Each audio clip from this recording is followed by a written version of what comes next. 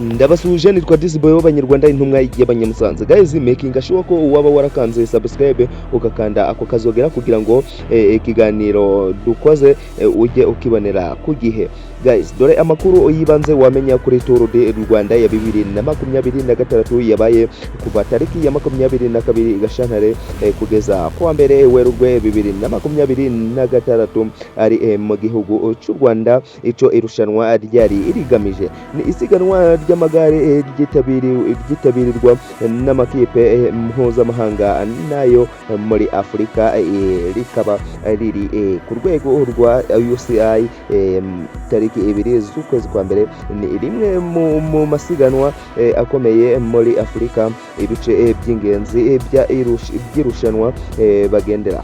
Irushanwa ryari rifite iminsi 8 rikurikirana ahantu hatandukanye mu gihugu, harimo stage ya mbere Rukomo Rwamagana, stage ya kabiri Nyamata Huye, stage ya gatatu Huye Rusizi, stage ya kane Karongi Rubavu, stage ya gatanu Rubavu Creatorium, stage ya gatandatu Rubavu Musanze, stage ya karindwi Musanze Kigali, stage ya munane Kigali.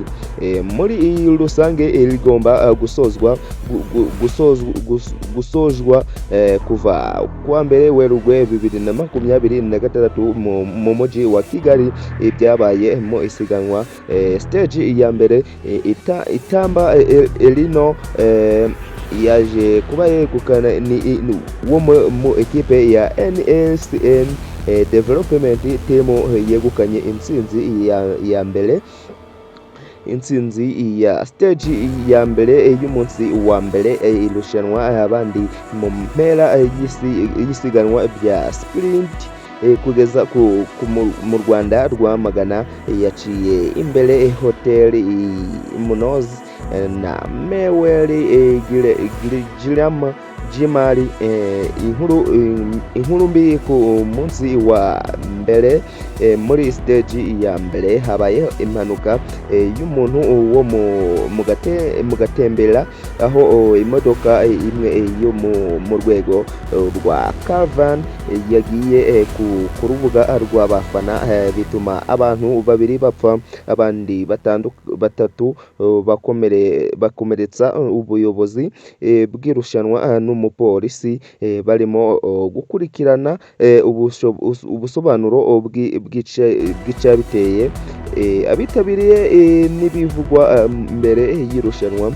Amakipe yo mu bihugu bitandukanye harimo nk'ikipe y'u Rwanda, Eritrea, Ethiopia n'abandi yari yemejwe mu irushanwa.